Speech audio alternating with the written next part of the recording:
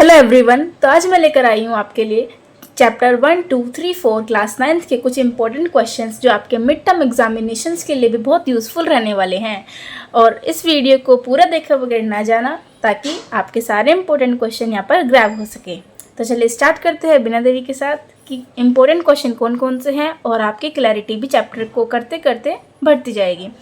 तो चलिए देखते हैं फर्स्ट क्वेश्चन क्या बोला है। Using factor theorem factorise the polynomial this, यानी कि फैक्टर थ्योरम से हमें ये जो पोलिनोमियल दिया हुआ है डिग्री 4 का, यानी हाईएस्ट पावर 4 है तो इसकी डिग्री 4, तो यानी ये जो पोलिनोमियल दिया हुआ है हमें डिग्री 4 का, इसको हमें फैक्टर थ्योरम का यूज़ करके फैक्टराइज करना है। ठीक है, फैक्टराइज का क्या मतलब होता है, ऐसे फैक्टर्स लेके आने हैं, यानी इस तरह के नंबर्स लेकर आने हैं। अगर हम उनको x की जगह पुट करें तो हमारी वैल्यू क्या आ जाएगी, 0 हो जाएगी। ठीक है, तो चलिए देखते हैं अब ये फैक्टर थ्योरम कैसे यूज़ करते हैं। फैक्टर थ्योरम के लिए यूज़ करने के लिए आपको क्या करना होता है, फैक्टर्स देखने होते हैं। फैक्टर्स देखने होते हैं यानी कि जो हमारा कांस्टेंट वाली टर्म होती है, जो हमारी कांस्टेंट वाली टर्म होती है, यानी कि 45 है तो 45 के पहले फैक्टर्स देख लो क्या क्या होते हैं।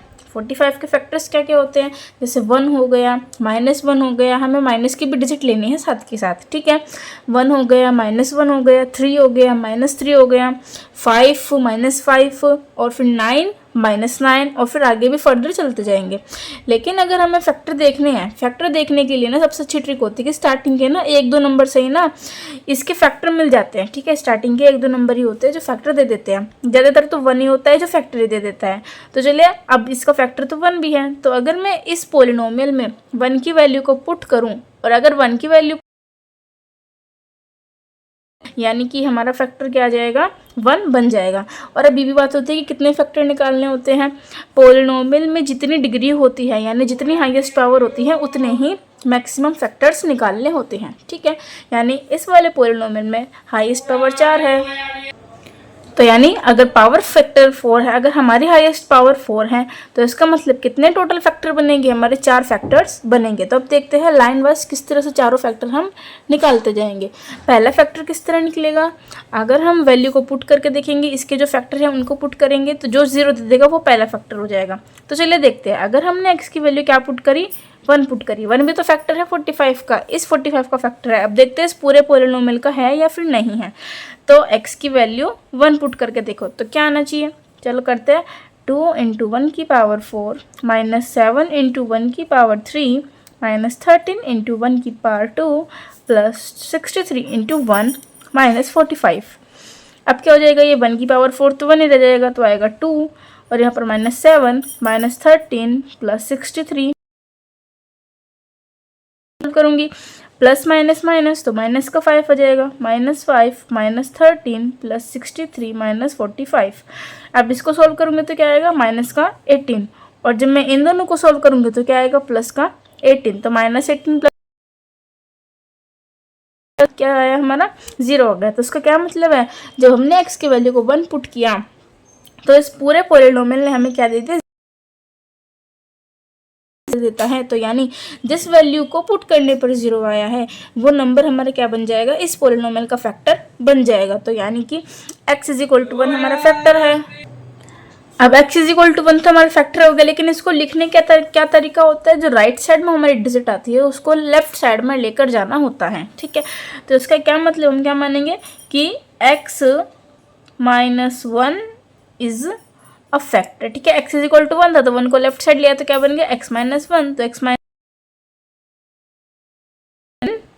पोलिनोमियल। इसका क्या मतलब है, पोलिनोमियल की जगह मैं px लिख सकती हूँ क्योंकि इसका मतलब क्या है,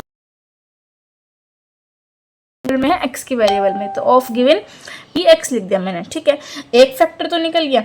अब दूसरा फैक्टर कैसे निकलेगा, अब ये देखो, दूसरे फैक्टर निकालने के लिए हमारे पास होता है, पहला फैक्टर तो निकाल लिया, पहला फैक्टर निकालने के बाद ये जो फैक्टर निकला है इसको हमें इस पूरे पोलिनोमियल के साथ डिवाइड करना होता है। लॉन्ग डिविजन के थ्रू हमें इस फैक्टर से इसको डिवाइड करना होता है ताकि हमारा अब क्या निकल जाए, दूसरा फैक्टर, यानी कि हाँ दूसरा फैक्टर निकल, x - 1 तो बाहर रखेंगे और अंदर क्या रखेंगे, 2x की पावर 4 -7x³ -13x² 45। ठीक है, तो ये हो गया हमारा। अब इसको कैसे डिवाइड करें, अब किसके साथ मल्टीप्लाई करूँ मैं, एक्स की, कि 2 इंटू एक्स की पावर 4 बन जाए, यानी 2 तो है नहीं तो 2 की तो करनी पड़ेगी, और यहाँ पर एक एक्स है, यहाँ पड़ेगी, है ना। तो अब क्या जाएगा हमारा 2x की पावर 4 और माइनस 2x क्यूब, 1 के साथ करिए तो माइनस 2x क्यूब भी आएगा। अब क्या करना होता है, माइनस पास माइनस और इसके पास प्लस आ गया, ठीक है। अब इसके पास माइनस, इसके पास प्लस, तो अब क्या आ जाएगा, ये कट गया और ये क्या बैठा, माइनस प्लस माइनस का 13x स्क्वायर प्लस का 63x और माइनस का 45। तो ये आ गया हमारे पास। -1 में किसकी मल्टीप्लाई करूं, यानी x में किसकी मल्टीप्लाई करूं कि माइनस का 5x क्यूब बन जाए। 5 की तो कमी है, माइनस की भी कमी है, और 1x पहले चाहिए है, 3x चाहिए, तो यानी 2x स्क्वायर के साथ मल्टीप्लाई करेंगे तो क्या आ जाएगा, माइनस का 5x क्यूब और माइनस माइनस प्लस, तो यानी कि प्लस का 5x स्क्वायर। ठीक है, अब ये आ गया। अब करते इसको माइनस, तो माइनस करेंगे तो क्या आएगा, साइन चेंज हो जाएगा, इसके पास प्लस का और इसके पास माइनस का, ये कट गया। अब ये क्या बचा, माइनस माइनस प्लस, तो यानी 13 + 5 18, साइन माइनस का आ जाएगा, तो माइनस का 18x स्क्वायर और बाकी एज इट इज उतार दो, प्लस 63x माइनस का 45, ये लिख दिया। अब क्या करें, अब x के साथ किसकी मल्टीप्लाई करूँ कि माइनस का 18x स्क्वायर बन जाए। माइनस का 18 की तो करनी पड़ेगी, यहाँ पर 1x है, यहाँ पर 2x है, यानी 1x की और करनी पड़ेगी। तो क्या करेंगे, माइनस का 18x की करेंगे मल्टीप्लाई, तो कितना जाएगा, माइनस प्लस, तो प्लस का 18x आ जाएगा। अब माइनस करेंगे तो माइनस, तो क्या आएगा, ये कट गया और इसके पास plus minus minus sign plus बचेगा, और ये 5 में से 1 माइनस किया तो 4 आ जाएगा, तो 45x माइनस का 45। अब तो अभी सिंपल हो गया, x -1 था, किसकी मल्टीप्लाई करूँगी, 45 के साथ मल्टीप्लाई करनी होगी, तो क्या करूँगी, एज इट इज आ जाएगा 45x और माइनस का 45। अब फिर दोबारा माइनस करेंगे तो कट गया, तो ओवरऑल रिमाइंडर क्या आया हमारा, 0। तो रिमाइंडर 0 ही आना चाहिए, ठीक है। तो फैक्टर का मतलब भी तो यही होता है, अगर कोई नंबर किसी एक बड़े नंबर का फैक्टर है तो उसका क्या मतलब है, वो पक्का डिवाइड कर देगा, यानी कि रिमाइंडर 0 आ जाएगा, ठीक है। तो क्या होता है, रिमाइंडर थ्योरम में भी पढ़ा था, अगर कोई एक नंबर किसी दूसरे नंबर का फैक्टर है तो यानी कि डिवाइड करने के बाद उसका रिमाइंडर क्या आएगा, हमारा 0 आ जाएगा, ठीक है। तो अब इससे क्या कंक्लूड कर सकते हैं हम, अब क्वेश्चन था जैसे हमारे पास गिवन पोलिनोमियल क्या था, हमारे पास था 2x की power 4 minus 7x cube minus 13x square और माइनस 45, ये हमारे पास गिवन था पोलिनोमियल। अगर मैं क्वोशंट की और डिवीजर की तो मिलेगा, तो कितना आ जाएगा, तो क्या करेंगे अब हम x -1 की मल्टीप्लाई किसके साथ, स्क्वायर माइनस 18x प्लस 45। तो अब क्या कर दिया हमने, इसको स्प्लिट कर दिया, यानी इस बड़ी टर्म्स हमने दिया। तो अब इसका क्या हुआ, इसका एक फैक्टर हमारा क्या निकला, x -1 निकल गया। अब ये थोड़ी और बड़ी टर्म है, तो यानी अब इसको टारगेट बनाएंगे तो छोटी टर्म में स्प्लिट हो जाएगा, तो टोटल हमारे 4 फैक्टर्स आ जाएंगे, ठीक है। अब देखते हैं कैसे कैसे आएंगे, यानी कि 4 या फिर 5 मार्क्स का ये आपको क्वेश्चन मिलेगा, ठीक है। अब किसकी, अब इसको कैसे स्प्लिट करेंगे, देखो अगर स्क्वायर वाले टर्म आती हैं, अगर क्वाड्रेटिक पॉलिनोमियल आता है तो आप कर देना स्प्लिटिंग द मिडिल टर्म से, या फिर डिग्री 4 की आती है या फिर डिग्री 5 की आती है। अगर क्वाड्रेटिक पॉलिनोमियल के बाद आपको कोई और पॉलिनोमियल मिलता है हाईएस्ट डिग्री का, फैक्टर थ्योरम का ही यूज करना है, ठीक है। फैक्टर थ्योरम का मतलब कांस्टेंट टर्म के, जैसे इस वाले पॉलिनोमियल में भी कांस्टेंट टर्म 45 ही है, तो 45 के फैक्टर्स को पुट करते रहना, ठीक है। और पुट करने पर जिस नंबर ने 0 दे दिया तो वो हम करेंगे, ये वाले पोलिनोमियल को टारगेट बनाना है, तो इस पोलिनोमियल में हम क्या करें, x की वैल्यू को पुट कर देते हैं। x इज इक्वल टू 1, इस बार भी 1 रख के देखते हैं क्या होता है। तो इस वाले में अब इसको पुट करेंगे तो क्या आएगा, 2 इंटू 1 की पावर क्यूब माइनस 5 इंटू 1 की प्लस का 45। तो क्या बैठेगा, तो 2 हो गया, माइनस 5 हो गया, माइनस 18 हो गया, प्लस 45 हो गया। ठीक है, तो अब क्या करें, 2 5 प्लस माइनस, तो माइनस का 3, और फिर ये क्या होगा, माइनस प्लस माइनस, लेकिन साइन प्लस का। तो क्या आएगा, 15 में से 8 माइनस करेंगे तो कितना आएगा, 7 में से 8 किया, और फिर यहाँ पर 3, तो 3 में से 1 किया तो 2, तो प्लस का 20 आ जाएगा। ये तो हमारा 24 आ गया, जो हमारा 0 के इक्वल नहीं है, ये हमारे 0 के इक्वल नहीं है। तो इस बार हमने क्या प्रूफ क्या देख लिया कि अगर हमने x की वैल्यू 1 पुट करी तो इसने हमें 0 नहीं दिया, है ना। अब 1 को पुट करके तो आया नहीं, अब क्या पुट करेंगे, फैक्टर्स देखो 45 का क्या होता है, 1 होता है, -1 होता है। -1 को पुट करेंगे तो जब भी नहीं आएगा। आप इसको अपने आप से ट्राई कर सकते हैं कि अगर -1 करेंगे तो जब भी वो 0 के इक्वल नहीं आएगा। तो अब तीसरा कौन सा फैक्टर आता है 45 का, कौन सा फैक्टर आता है 45 का, 3 आता है। तो अब किसको पुट करके देखते हैं, 3 को पुट करके देखते हैं। तो पुट x या फिर नहीं आता, तो क्या बनेगा, 2 इंटू 3 की पावर 3 माइनस 5 इंटू 3 की power 2 minus 18 into 3 plus 2 into 27 minus 5 into 9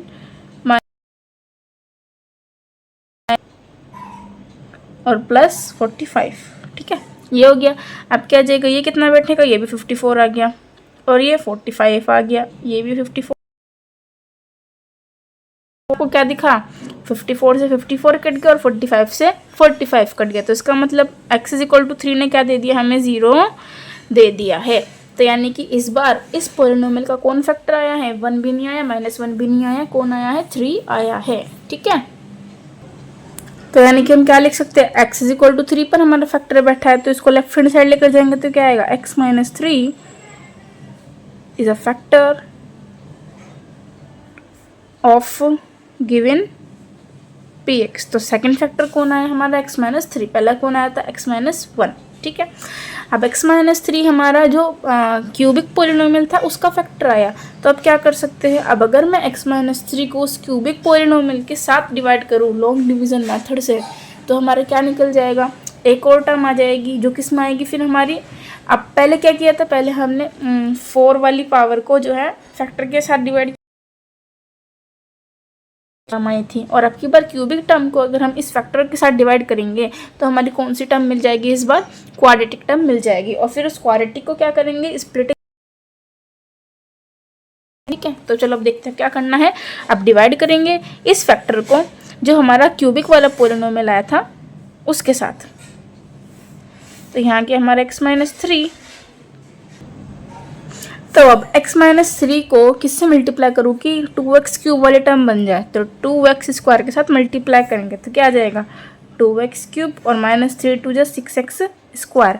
अब क्या करते हैं, माइनस करते हैं, तो माइनस कर दो, साइन चेंज, तो इसके पास माइनस और इसके पास प्लस। ठीक है, ये कट गया और ये माइनस प्लस माइनस हो जाएगा, तो 6 में से 5 कटा तो प्लस का x माइनस का 18x प्लस का 45। ठीक है, अब क्या करूँ, अब किसके मल्टीप्लाई करूँ इसके साथ, x के साथ कि x स्क्वायर बन जाए, तो सिर्फ x की मल्टीप्लाई करनी पड़ेगी, 3x खत्म। अब माइनस करेंगे तो साइन चेंज, इसके पास माइनस इसके पास प्लस, ये कट गया। अब ये कितना है, माइनस प्लस माइनस 5। तो इस बार किसकी मल्टीप्लाई करूँगा, इसमें -15 की मल्टीप्लाई करनी पड़ेगी, तो माइनस का 15x और माइनस माइनस प्लस यानी प्लस का 45, फिर माइनस आ जाएगा, तो ये भी कट गया, ये भी कट गया, कितना आएगा हमारा 0 आ गया। तो हमारा क्या आया, आ गया 0 आ गया, आना ही था क्योंकि x माइनस 3 इस क्यूबिक पोलिनोमियल का फैक्टर था, और फैक्टर का क्या मतलब होता है कि रिमाइंडर वो 0 ही दे देगा। ठीक है, तो अब मैं इसे क्या लिख सकती हूँ, हमारा जो क्यूबिक पोलिनोमियल आया था 2x³ minus 5x² minus 18x plus 45, वो किसके इक्वल कर सकती हूँ मैं, x minus 3 into 2x² plus x minus 15। ये कैसे किया मैंने, रिमाइंडर थ्योरम के लिए हमने फॉर्मूला पढ़ा था कि हमारा जो डिवाइडेंट होता है वो किसके इक्वल होता है, divisor into quotient plus remainder. ठीक है, अब रिमाइंडर तो हमारा 0 आया, तो इसका मतलब क्या है, रिमाइंडर कुछ नहीं बचा, तो इसलिए मैंने लिखा सिर्फ डिवीज़र इंटू क्वेश्चन। ठीक है, अब ये आ गया, तो इसका क्या मतलब है, इसकी जगह हमने कैसे ब्रेक किया इसको, x माइनस 3 में और ये क्वाड्रेटिक पोलिनोमियल में। ठीक है, अब इसमें हमने जितने भी अभी तक करे तो हमने 2 फैक्टर निकाल लिए। ठीक है, अब तीसरा फैक्टर कैसे निकालेंगे, इसको तो आगे ब्रेक नहीं कर सकते। अब किसकी बारी आई ब्रेक होने की, अब बारी आई इस क्वाड्रेटिक पोलिनोमियल के ब्रेक होने की। ठीक है, इसको कैसे ब्रेक करेंगे, क्वाड्रेटिक पोलिनोमियल को ब्रेक करने के लिए या तो फैक्टर थ्योरम का यूज़ कर लो कि ये 15 के फैक्टर्स करके देख लो कि कौन कौन आएंगे, 1 आएंगे, -1 आएंगे, 3 आएंगे, -3 आएंगे, फिर इस पर पुट करके देखो कि कौन 0 कर देगा, या तो इस तरह करो, या फिर क्या कर सकते हो, splitting the middle term method से भी इसको अप्लाई कर सकते हो। तो क्वाड्रेटिक वाले जो पोलिनोमियल होती है तो उसको आप स्प्लिटिंग द मिडिल टर्म से करेंगे तो वो जल्दी हो जाएगा। ठीक है, तो अब क्या करेंगे, अब इसका क्या मतलब, x माइनस 3 तो एज इट इज़ है। अब हमारा टारगेट क्या है, हमारा टारगेट है इसको ब्रेकआउट करने का। तो ब्रेक कैसे करेंगे, पहले क्या करते हैं, इसकी और इसकी मल्टीप्लाई, तो कितना आएगा, 2 इंटू 15 30 आ गया। तो इसका मतलब हमें क्या करना होगा, 30 का, तो अब इस करते हैं, ये जो 30 आया हमारा मल्टीप्लाई करके, इसके करते हैं फैक्टर। ठीक है, तो डिवीजन मेथड से करेंगे, 30 के क्या क्या बैठेंगे, 2 से करेंगे तो ये 15 आ गया, 3 से करेंगे तो ये 5 आ गया, और 5 से कर रहा तो ये 1 आ गया। अब कैसे 2 पेयर बनाऊं कि क्या हो जाए, माइनस करने के बाद हमारा क्या बन जाए, 1 बन जाए। यहाँ पर 1 ही तो है x के साथ, तो माइनस करने के बाद 1 बनना चाहिए। तो देखो कैसे बनेगा, अगर मैं करूँ 2 3 ज़ा 6 और ये 5 अकेला, तो यानी अगर मैं माइनस करने पर 6 माइनस 5 करने पर क्या मुझे 1 मिल रहा है, हाँ मिल गया। तो इसका क्या मतलब है, मुझे कौन कौन से 2 नंबर लेने हैं, 6 लेना है और 5 लेना है। तो अब मैं क्या लिखूंगी, 2x² एज इट इज़, ये प्लस का साइन एज इट इज़, 1 की जगह मैंने क्या किया, 6 माइनस 5, तो मैं अब क्या लिखूंगी ब्रैकेट में 6 माइनस 5, इसके बाहर क्या लिखूंगी, x था तो x लिख दिया और माइनस का 15 लिख दिया। अब बाकी कैसे सॉल्व करते हैं, ये x minus 3 as it is रहेगा, इसका क्या बनाएंगे, अब इसको और स्प्लिट आउट करेंगे, यानी कि खोल देंगे, प्लस का साइन है तो अंदर के साइन एज इट इज़ रहेंगे और x की मल्टीप्लाई इन दोनों में कर देंगे। तो क्या आ जाएगा, प्लस का 6x माइनस का 5x और माइनस का 15। इसके बाद नेक्स्ट स्टेप क्या होता है हमारा, कॉमन लेने का। क्या होता है, कॉमन लेने का। कॉमन किस किस के बीच में लिया जाता है, पहले इन दो का पेयर बनता है और फिर इन दो का पेयर बनता है। इन दोनों में से क्या कॉमन है, एक तो सिंगल x कॉमन है और एक 2 कॉमन है। तो मैं 2x को अगर मैं कॉमन लूँगी तो क्या मिलेगा, 2 से 2 को डिवाइड करा 1 और x² को डिवाइड करा तो सिंगल x बचेगा, फिर प्लस का साइन, 2 से 6 को डिवाइड किया तो 3 आ गया और x को किया तो कुछ नहीं आया, तो यानी x प्लस 3। अब यहाँ पर क्या कॉमन ले सकती हूँ, देखो अंदर प्लस की डिजिट है, जो यहाँ पर आया ब्रैकेट में वो ही इधर ब्रैकेट में आना चाहिए, यानी कि x प्लस 3 ही आना चाहिए। ये तो पता चल गया कि इन दोनों में जो कोफिशिएंट है वो मैं 5 कॉमन ले सकती हूँ। लेकिन बात आई कि साइन क्या कॉमन लूँ, तो साइन अगर मैं माइनस के साथ कॉमन लूँगी तो अंदर मुझे दोनों डिजिट क्या मिल जाएगी, पॉजिटिव की मिल जाएगी। तो मुझे लेना पड़ेगा माइनस का 5 कॉमन, ताकि क्या हो, माइनस माइनस प्लस, और 5 में से 5 कटा 1 यानी कि x आ गया, और फिर माइनस माइनस प्लस, और तो क्या आ गया, 5 में से 15 को किया तो प्लस का 3 आके डिवाइड करके, तब ये हो गया। अब इसके बाद क्या करते हैं, जो हमारी सेम टर्म आती है इसको अलग से कॉमन लिखते हैं, और जो इनके बाहर था यानी कि x प्लस 3 के बाहर जो दोनों की तरफ था उनको अलग से पेयर बना के लिखते हैं। तो क्या बैठेगा, x माइनस 3 और इधर ये x प्लस 3 का अलग, यानी कि x प्लस 3 का अलग हो गया, कॉमन ले लिया एक बार, और फिर जो बचा बाहर का उसको एक साथ लिख लो, यानी कि 2x माइनस का 5। तो हमने क्या करा, अब ये कर दिया x माइनस 3 और फिर अब लिखा x प्लस 3 और 2x माइनस का 5। तो इस तरह से हमने क्या किया, ये दोनों फैक्टर और निकाल लिए। तो क्वाड्रेटिक पोलिनोमियल से अगर हम splitting the middle term method का यूज़ करके निकालते हैं तो हमारे दोनों फैक्टर जल्दी से निकल जाते हैं। ठीक है, या फिर आप फैक्टर थ्योरम का भी यूज़ कर सकते थे, फैक्टर्स ले लेकर यानी इसमें पुट करके और फिर उसको लॉन्ग डिवीजन मेथड से डिवाइड करके फर्दर। ठीक है, तब हमारे क्या क्या फैक्टर आए, एक आया x माइनस 3, एक आया x प्लस 3 और एक आया 2x माइनस 5, और एक पहला हमने फैक्टर निकाला था x माइनस 1। तो हमारे टोटल कितने फैक्टर आ गए, 4 फैक्टर्स आ गए। तो हम क्या बोलेंगे, सो x minus 1, x minus 3, x plus 3, 2x minus 5 are the factors of given polynomial. Polynomial किस में था हमारा, डिग्री 4 में था, और आने भी कितने चाहिए थे, फैक्टर 4 आने थे, तो 4 हम लेकर आ गए। तो इस तरह से आपने अपना पहला क्वेश्चन कंप्लीट कर लिया है, जो कि बहुत इंपॉर्टेंट भी था, और आपको देखने से भी पता चल गया होगा कि इस एक क्वेश्चन ने ही जो है कितने सारे कंसेप्ट और कितने सारे रूल्स को ग्रैब किया हुआ था। यानी कि रिमाइंडर थ्योरम का भी यूज़ हुआ, रिमाइंडर फॉर्मूले का भी यूज़ हुआ, और फैक्टर थ्योरम का भी यूज़ किया, splitting the middle term method का भी यूज़ किया। फिर ये भी देखा कि अगर हमारा कोई नंबर फैक्टर होता है किसी पोलिनोमियल का, तो वो रिमाइंडर भी 0 देता है। तो बहुत सारे पॉइंट्स हमने एक ही क्वेश्चन में क्लियर कर लिए हैं। तो आई होप इस एक क्वेश्चन का एडवांटेज आपको मिल गया होगा। तो अब चलते हैं अपने नेक्स्ट इंपॉर्टेंट क्वेश्चन की ओर। और ये वीडियो आपके लिए बहुत इंपॉर्टेंट होने वाली है, क्योंकि पहला क्वेश्चन तो आपने देख ही लिया है कितना इंपॉर्टेंट था और कितने सारे पॉइंट हमने उसमें कवर अप किए हैं। तो अब ये नेक्स्ट क्वेश्चन से स्टार्ट करने से पहले मैं आपको कहना चाहूँगी कि इस वीडियो को स्किप बिल्कुल मत करना, क्योंकि ये जो वीडियो है इसके जितने भी इंपॉर्टेंट क्वेश्चन हैं ये आपके एग्ज़ाम में बहुत ज़्यादा हेल्पफुल रहने वाले हैं। अगर मिड टर्म में आपको अच्छे मार्क्स स्कोर करने हैं तो इस वीडियो को पूरा देखे बगैर मत जाना। और एक छोटी सी रिक्वेस्ट, अगर आपको वीडियो पसंद आए और मेरा पढ़ाने का तरीका अच्छा लगे और क्वालिटी क्वेश्चन लगे आपको, तो इसको लाइक, शेयर और सब्सक्राइब करे बिना बिल्कुल मत जाना। तो चलिए अब स्टार्ट करते हैं अपना क्वेश्चन। तो क्या बोला है, if x + 2a is a factor of this polynomial then find a। क्या बोला है इस क्वेश्चन में कि जो हमारा नंबर है, एक ही हमारा एक्सप्रेशन है पोलिनोमियल, अगर ये फैक्टर है इस बड़े से पोलिनोमियल का, तो बताना है कि a की क्या वैल्यू होगी। अब ये वर्ड ध्यान रखो, अगर कोई हमें पहले से गिवन है कि ये एक्सप्रेशन इस बड़े से नंबर का फैक्टर है, तो फैक्टर का क्या मतलब होता है कि अगर हम इस x की वैल्यू को पुट करेंगे, x की वैल्यू जो भी आएगी 0 = पुट करने के बाद, यानी x की वैल्यू जो भी आएगी इस पोलिनोमियल में लगाने के बाद वो क्या हो जाना चाहिए, 0 हो जाना चाहिए। इस पोलिनोमियल में लगाने के बाद क्या हो जाना है, वो 0 हो जाना चाहिए। रिमाइंडर थ्योरम में हम पढ़ते भी हैं। तो इसका क्या मतलब है, अगर ये हमारा फैक्टर है तो यानी कि अगर हम x + 2a को 0 के इक्वल पुट करेंगे और फिर जो हमारी x की वैल्यू निकल कर आएगी, यानी x = -2a, तो उस -2a को जब हम इसमें हर जगह x की जगह पुट करेंगे तो =0 करने पर हमारी a की वैल्यू निकल जाएगी। तो चलो देखो अब क्या करें। x + 2a हमारा फैक्टर है, तो हम क्या बोलेंगे, x + 2a को पहले फटाफट 0 के इक्वल कर दो ताकि हम x की वैल्यू निकाल सके -2a। तो x की वैल्यू क्या है हमारा -2a। अब बोला है कि x = -2a है, तो अगर x की वैल्यू को -2a मैंने पुट करी इस पोलिनोमियल में, तो ये पोलिनोमियल क्या हो जाना चाहिए, 0 हो जाना चाहिए। फैक्टर का मतलब यही होता है कि x की वैल्यू पुट करी इसमें तो ये 0 हो जाना चाहिए, ये कंडीशन होती है। तो हम पहले से पहले 0 कर देंगे, ठीक है। फैक्टर है तो यानी हर x की जगह -2a पुट करना स्टार्ट कर दो। तो -2a की पावर 5 -4a² और x की जगह रखोगे -2a की पावर 3 +2 × -2a + 2a और +3। तो ये कर लिया। अब इसके बाद क्या करें, =0 0 के इक्वल क्यों रखा, क्योंकि फैक्टर का क्या मतलब होता है कि पुट करने के बाद 0 ही मिलना चाहिए। चलो अब आगे देखो क्या आएगा। पावर अगर ओड है हमारी तो ये माइनस का साइन एज इट इज़ रहेगा, और 2 की पावर 5 कितना होता है, 32, यानी कि -32 और a की पावर 5 हो जाएगा, ठीक है। a की पावर के साथ भी तो मल्टीप्लाई होगी ना।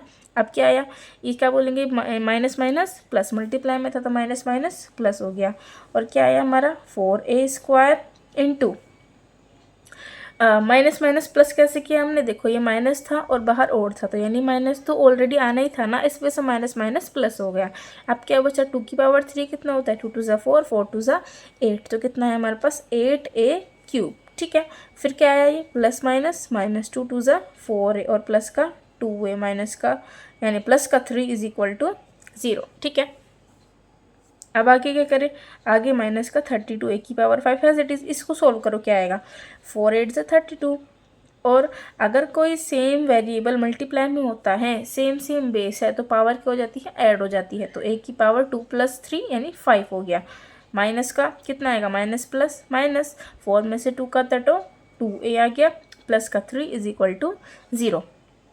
अब आपने एक चीज़ नोटिस करी होगी क्या कि माइनस का 32a5 और प्लस का 32a5 ये कैंसिल आउट हो जाएगा, क्योंकि सेम डिजिट है, सेम टर्म है, बस साइन अपोजिट है, तो ये माइनस हो गया रहेगा। माइनस होने के बाद 0 दे देगा, तो क्या क्या बचा हमारे पास, माइनस का 2a प्लस का 3 इज इक्वल टू 0। तो अब क्या लिख सकते हैं हम आगे, माइनस का 2a is equal to minus का 3,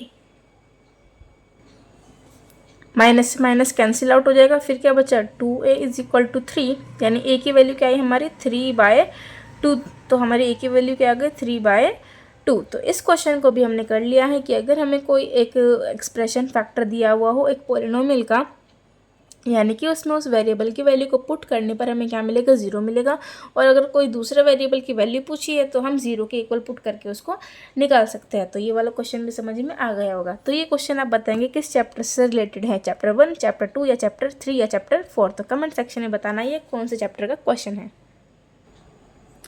तो चलिए देखते हैं अपना नेक्स्ट क्वेश्चन। थर्ड क्वेश्चन क्या बोलता है, find the solution of linear equation that is x plus 2y is equal to 8 which represent a point on x axis।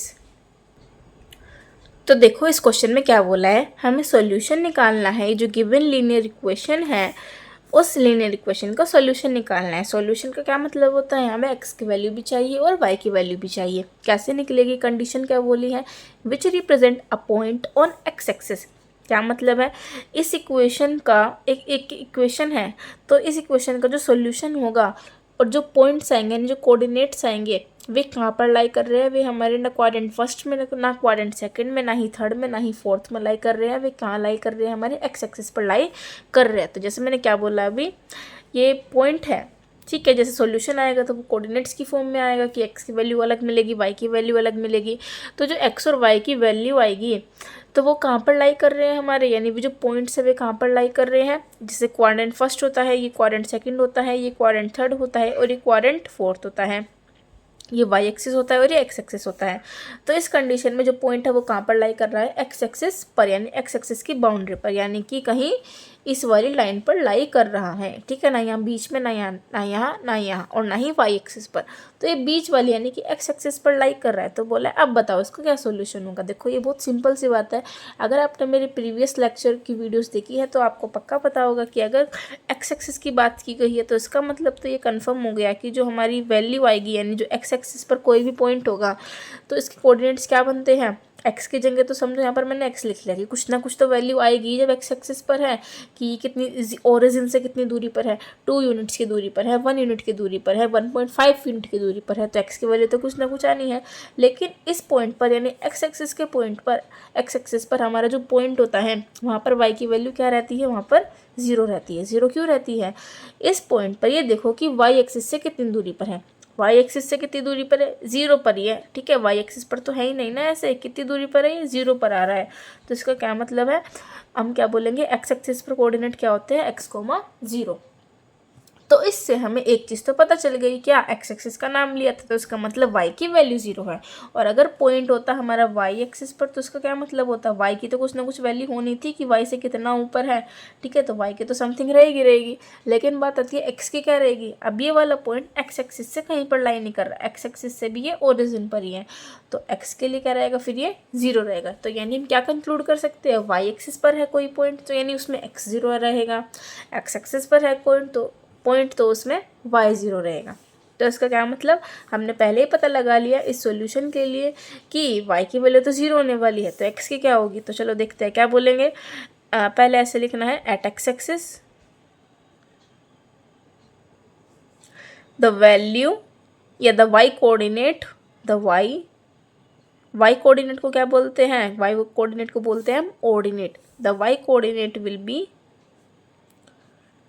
0, ठीक है, तो y कोऑर्डिनेट क्या हो गया, 0। सो put value of y in equation, यानी कि जो गिवन इक्वेशन हमें दी हुई है उसमें y की वैल्यू पुट कर दो। क्या थी हमारे पास given equation, x + 2y = 8, y की वैल्यू 0 पुट करूँ तो क्या आ जाएगा, x + 2 × 0 = 8, और फिर क्या आएगा, x + 0 = 8, यहाँ पर x आएगा तो x + 0 = 8, तो x की वैल्यू क्या आ गई हमारी, देयरफॉर x = 8, तो x की वैल्यू आ गई 8, यानी कि ये जो हमारा पॉइंट है एक्स एक्सिस पर वो कहाँ पर है हमारा, कुछ 8 यूनिट पर आ रहा है, यानी ओरिजिन से 8th यूनिट पर आ रहा है। ठीक है, तो x की वैल्यू 8 हो गई और y की वैल्यू 0 हो गई। तो हमने इस पार्ट का यानी इस क्वेश्चन का सोल्यूशन निकाल लिया है। इस इक्वेशन में क्या कैसे कैसे सोल्यूशन बैठा, x की वैल्यू आई 8 और y की वैल्यू हमने बता दिया x एक्सिस पर है तो वो 0 रहेगा। अब देखो सेकंड पार्ट में क्या बोला है, y एक्सिस यानी कि जो पॉइंट है वो हमारा कहाँ पर है, अब y एक्सिस पर है। तो y एक्सिस पर क्या होगा हमारा, x वाला कोऑर्डिनेट 0 हो जाएगा, y पर क्या हो जाएगा हमारा x वाला कोऑर्डिनेट 0 हो जाएगा। तो इसमें हम क्या लिख सकते हैं, हम एट y एक्सिस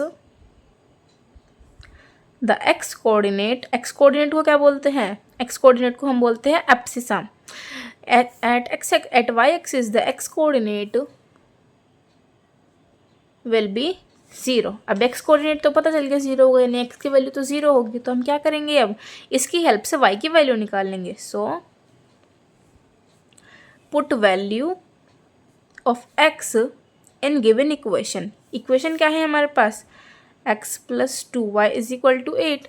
x की जगह पता है 0 रखो, तो 0 plus 2y is equal to 8, तो 2y इज इक्वल टू 8 और फिर डिवाइड में जाएगा तो क्या आ जाएगा, y इज इक्वल टू 4। तो हमारे y की वैल्यू क्या आ गई, 4 आ गई और x की वैल्यू क्या थी हमारी, 0 थी।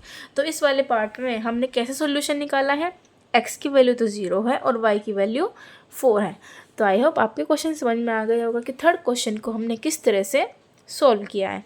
अब चलते हैं अपने नेक्स्ट क्वेश्चन पर, क्या बोला है। नेक्स्ट क्वेश्चन क्या है हमारा, नेक्स्ट क्वेश्चन में बोला है सिंप्लीफाई करने को। क्या बोला है, सिंप्लीफाई ने शॉर्टेस्ट फॉर्म में लेकर आना है। किसको लाना है, पूरा जो एक्सप्रेशन दिया हुआ है इसको सिंप्लीफाई करना है। कैसे करना है, तो इसके लिए आपको बेसिक चीज़ें क्लियर होनी चाहिए, यानी कि जो पावर एंड एक्सपोनेंट वाला चैप्टर आप 8th क्लास में पढ़ते हैं वो आपको एकदम अच्छे से क्लियर होना चाहिए। और अगर नहीं है तो अभी इस क्वेश्चन को करने के बाद सारी बेसिक्स क्लियर हो जाएंगे। ठीक है, अब देखो क्या बोला है, सिंप्लीफाई करना है। एक तो ये टर्म है हमारे पास, एक ये टर्म है हमारे पास और एक ये टर्म है हमारे पास। तो अब इन तीनों टर्म को अलग अलग सिंप्लीफाई करेंगे। कैसे करेंगे, देखो अब पहले तो इस पर ही ध्यान दो। इस पर क्या बोला है, √25। अगर खाली रूट होता है तो इसका मतलब हम मानते हैं स्क्वायर रूट। क्या मानते हैं, स्क्वायर रूट। और अगर ये रूट के अगर यहाँ पर 3 लग जाए तो हम बोलेंगे क्यूब रूट, 4 लग जाए तो हम बोलेंगे कि भाई ये 4th का रूट है। ठीक है, तो अब क्या यहाँ पर 3 लगा हुआ है, नीचे तो क्यूब रूट है और ऊपर कुछ नहीं है तो हम मानेंगे स्क्वायर रूट है। तो अब ये आपको थोड़ी बहुत चीज़ें पता होनी चाहिए कि √25 यानी 25 किसका स्क्वायर रूट है, √25 हमारा 5 का स्क्वायर रूट है। और अगर आपको नहीं पता है तो आप इस तरह से भी ये डिवीज़न मेथड से फैक्टर भी ले सकते हैं। तो 25 को क्या क्या बैठते हैं, 5 5 5 1। तो देखो कौन सा नंबर 2 बार रिपीट हो रहा है, 5 हमारा रिपीट हो रहा है। ठीक है, तो √25 का क्या आ जाएगा हमारा, 5 आ जाएगा। अब अगर बात करें क्यूब रूट ऑफ 64, तो 64 का क्यूब रूट कैसे करेंगे, यहाँ पर रखेंगे 64 किससे हो रहा है, चलो अब करते एक बार 4 से करते हैं। तो क्या आ जाएगा 1 और 6, फिर 4 से किया तो 4 ज़पे, फिर 4 से किया तो 1 ज़पे। तो क्यूब रूट मान यानी कि एक नंबर ऐसा होना चाहिए जो 3 बार रिपीट हो रहा हो। तो यहाँ पर कौन सा नंबर 3 बार रिपीट हो रहा है, हमारा 4 वाला नंबर 3 बार रिपीट हो रहा है। तो 64 का क्यूब रूट क्या हो जाएगा हमारा, 4 हो जाएगा। तो हमने इस टर्म को तो सॉल्व कर दिया, यानी कि 5/4।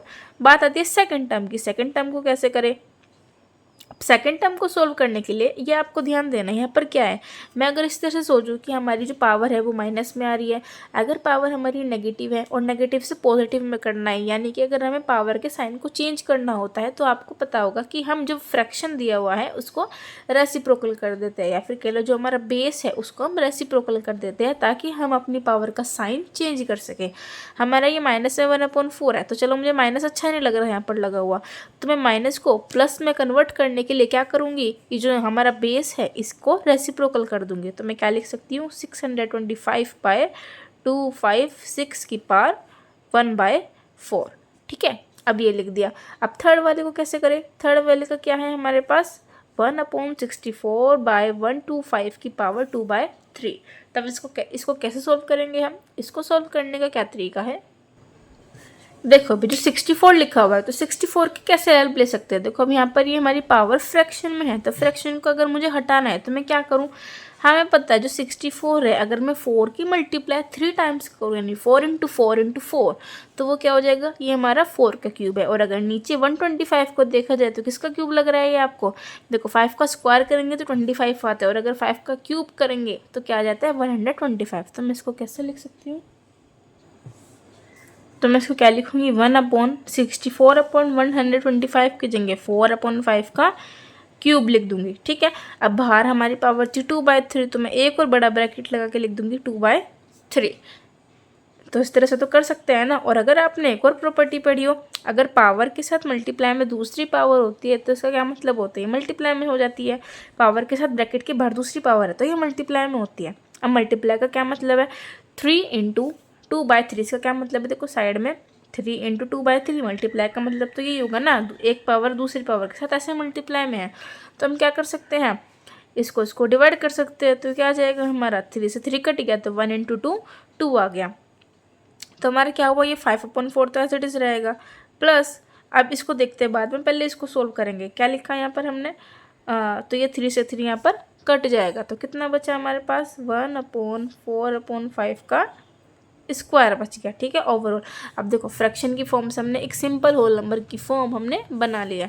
अब 625/256 का क्या करें, अब देखो इसमें क्या करें, यहाँ पर हमने क्या सोचा था कि जो नीचे का डिनोमिनेटर है ये किसी तरह से कट जाए। तो किस तरह कटेगा, अगर हम ये बड़ी सी टर्म को कुछ सिंपलेस्ट फॉर्म में लिख दें और उसकी पावर ये सेम लग जाए कि नीचे जो है वही ऊपर लग जाए तो कट जाता है, तो ये फ्रैक्शन वाली फॉर्म हट जाती है। जब भी तो पावर सॉल्व होएगी तो यहाँ पर भी मुझे कुछ ऐसे सिंपलेस्ट नंबर्स लेकर आने पड़ेंगे कि जिनका मैं क्या करूँ, उनके पावर में क्या आना चाहिए कि ये फ्रैक्शन कट जाए।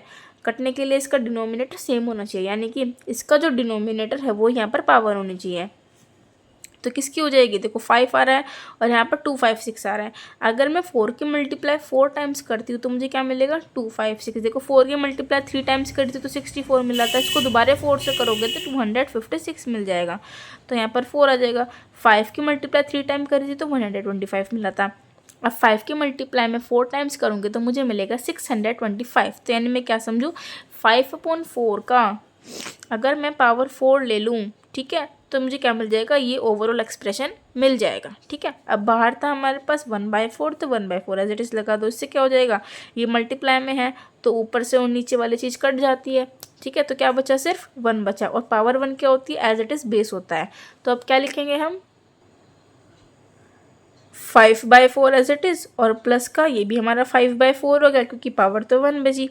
अब इसको कैसे लिखे, देखो इसको लिखने का क्या तरीका है, ये जो हमारा स्क्वायर था इसको मैं अलग अलग कर सकती हूँ। अलग अलग का क्या मतलब है, चलो मैं यहाँ पर करके दिखा रही हूँ। 1/4 का स्क्वायर अलग और 5 का स्क्वायर अलग, इसको ऐसे भी तो कर सकते हैं। और जो हमारा 5 का स्क्वायर है वो ऊपर चला जाएगा। ठीक है, ऊपर चला जाएगा तो क्या बना हमारा, ये बन गया हमारा 5 का स्क्वायर अपॉन 4 का स्क्वायर। ठीक है, क्या बन गया ये हमारा 5 का स्क्वायर अपॉन 4 का स्क्वायर।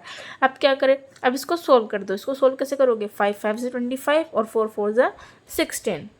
तो लिखो क्या लिखेंगे, पहले इसको भी देख लो, इसको अलग से सोल्व कर दो। क्या बनेगा, ये डिनोमिनेटर सेम है तो ये न्यूमरेटर प्लस हो जाएगा। तो 5 + 5 10/4, और इसके लिए क्या बना हमारा 25/16 लिख दिया। अब आके क्या करेंगे, एलसीएम आ जाएगा 16, तो 4 के टेबल में 16 आता है, 4 ज़ा पे 4 10 ज़ा 40 प्लस 16 के टेबल में 16 1 ज़ा पे और 25 1 ज़ा 25। तो आंसर क्या जाएगा हमारा 65/16। तो हमारा आंसर क्या आया 65/16। तो हमने इस पूरे एक्सप्रेशन को सॉल्व कर दिया है और आई होप आपको समझ में आ गया होगा कि एक्सपोनेंट टर्म पावर का भी कितना ज़्यादा यूज़ है इस चैप्टर में।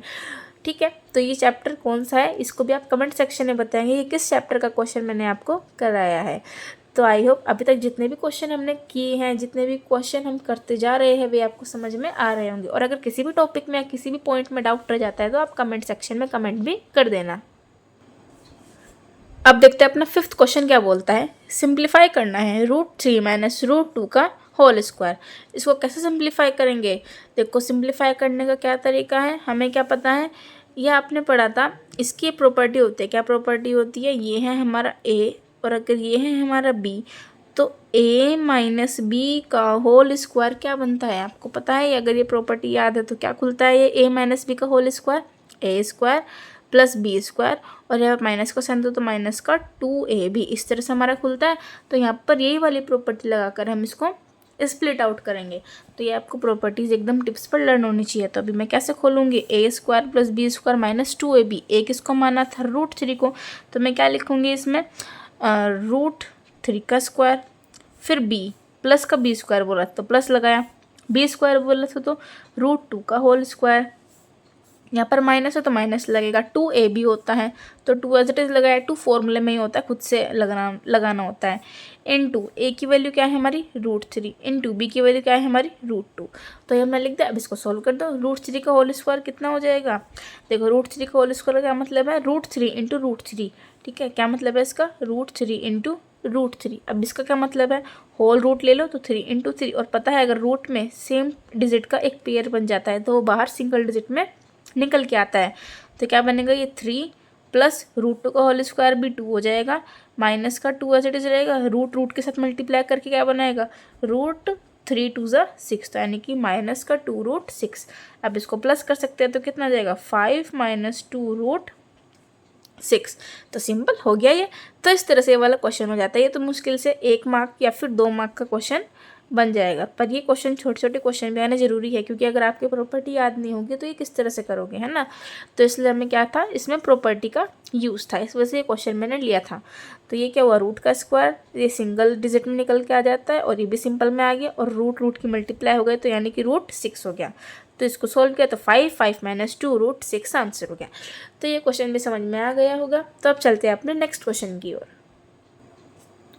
अब देखते हैं अपना 6th क्वेश्चन क्या बोला है, और इस लेक्चर का लास्ट क्वेश्चन रहेगा, लेकिन ये लास्ट सीरीज़ नहीं, ये याद रखना। इस क्वेश्चन के बाद अभी बहुत सारे क्वेश्चन और लेकर आऊँगी, ताकि आपका एक एक क्वेश्चन की तैयारी हो जाए, एक एक कंसेप्ट आपका क्रिस्टल क्लियर हो जाए। तो मेरे साथ बने रहना, और मैं आगे भी और अच्छी अच्छी वीडियोस और अच्छे अच्छे कंसेप्ट और अच्छे अच्छे कंटेंट आपके लिए लेकर आती रहूँगी।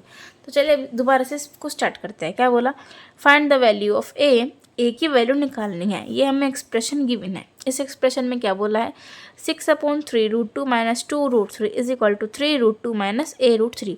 और ये क्वेश्चन सिर्फ देखने से नहीं होगा, आपको भी पेन कॉपी लेकर बैठना है और खुद से करते रहना है, ठीक है। ए की वैल्यू निकालनी है। ये एक्सप्रेशन हमें गिवन है, क्या है, ये है हमारा LHS और ये है हमारा RHS, ठीक है। LHS दिया हुआ है और RHS दिया हुआ है। तो कभी भी अगर ये वाले क्वेश्चन दिख जाए कि LHS भी है और RHS भी है, और इस तरह से ये रूट की फॉर्म दिख जाए, आपको रेशनल वाली फॉर्म मिल जाए, ठीक है, इस तरह से फॉर्म मिल जाती है रूट की, तो आपको देखो क्या करना है, आपको लेकर चलना है सिर्फ LHS। क्या लेकर चलना है, सिर्फ LHS। इसका क्या मतलब है कि जो LHS है, अगर मैं इसको और ज़्यादा सॉल्व करूँगी तो मुझे क्या मिलना चाहिए, RHS के इक्वल तो मिलना चाहिए। इसका क्या मतलब है, यही तो है। और अगर नीचे डिनोमिनेटर में रूट आ जाता है तो हम इसका क्या करते हैं, रेशनलाइजेशन करते हैं। तो इसका मतलब अभी तो ये पूरा का पूरा जो हमारा LHS है ये ढंग से सॉल्व नहीं हुआ है। तो सॉल्व ना होने का क्या कारण है, अभी इसको रेशनलाइज इन्होंने नहीं किया है। तो अगर मैं LHS को लेकर चलूँगी और मैं इसको रेशनलाइज करूँगी तो कुछ एक अलग सी टर्म आएगी, तो वो टर्म क्या होनी चाहिए, पक्का RHS के इक्वल आनी चाहिए। तो कैसे आएगी, ये देखो यहाँ पर 3 √2 था, तो अगर मैं इसको पूरे को सॉल्व करूँगी तो ऊपर भी क्या आना चाहिए, 3 √2 ही आना चाहिए, और √3 भी है तो √3 भी आना चाहिए। इधर जब मैं सोल्व करूँगी तो जो बचेगा वो क्या हो जाएगा, हमारा ए की वैल्यू हो जाएगी। तो चलिए देखते हैं क्या बोला। इस तरह के क्वेश्चन में याद रखना कि पहले LHS को सॉल्व करना है, यानी कि रेशनलाइजेशन करना है। तो क्या करें, टेक LHS, लेफ्ट साइड लिया तो क्या हुआ, 6/3 √2 - 2 √3, ये है। इसका क्या करना पड़ेगा, रेशनलाइजेशन करना पड़ेगा। रेशनलाइजेशन में क्या होता है, अगर डिनोमिनेटर में रूट हो तो उसको हटाने का तरीका होता है। सिंगल रूट है तो सिंगल की मल्टीप्लाई कर दो, अगर प्लस माइनस के साथ अटैच है तो अपोजिट साइन के साथ मल्टीप्लाई करनी है। माइनस है तो क्या करोगे, 3 √2 + 2 √3 के साथ कर दो, 3 √2 + 2 √3 के साथ ऊपर नीचे मल्टीप्लाई कर देना, ठीक है। अब इसको कैसे सॉल्व करेंगे, देखो अब क्या बना, 6 की मल्टीप्लाई इस टर्म के साथ भी करनी है और 6 की मल्टीप्लाई इस टर्म के साथ भी करनी है। तो क्या करें, 6 3 = 18, कोफिशिएंट का कोफिशिएंट के साथ ही तो होगा, 6 3 = 18 √2 + 6 2 = 12 √3।